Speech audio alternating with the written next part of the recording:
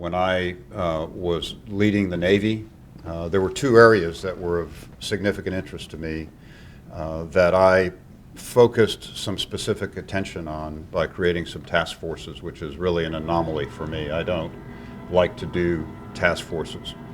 But one was on energy. What are the future energy outlooks globally and nationally from the standpoint of being able to look and see where there may be conflict and strife and friction, but also internally, because as we all know, large organizations use a lot of energy, particularly our military forces. So I wanted to try to get the best idea as to what the future would be in the energy dimension. But then the other was climate change. And it really had a couple of components to it. One, in that as I look around the world and you see changes that are taking place, and those changes have effects on water supplies for many populations around the world, agricultural forecasts, and if you overlay demographics on where the climate is likely going to be changing, then you get a good sense of where there can be friction, where there can be needs for humanitarian assistance. And so we were looking at it from that standpoint. So what we're doing is looking at what's the most thoughtful, what's the best way to move forward, because it is changing quickly, and we are an Arctic nation.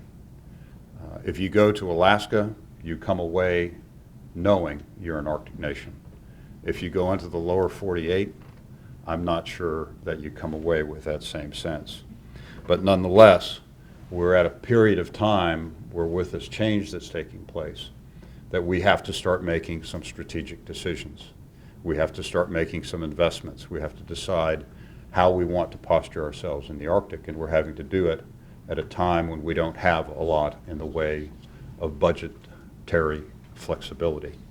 And so we can develop strategies, we can develop plans, but a strategy, in my mind, without a budget is nothing more than a wish. And so we hope to be able to inform some of the thinking. So areas that we're going to be looking at are, for example, the infrastructure.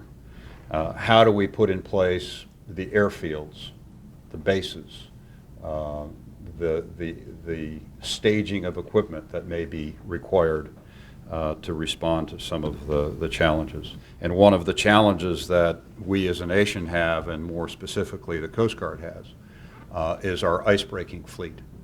And even though it may look like it's all gone, icebreakers will be required to get in and out of places that are going to be important to us and others economically.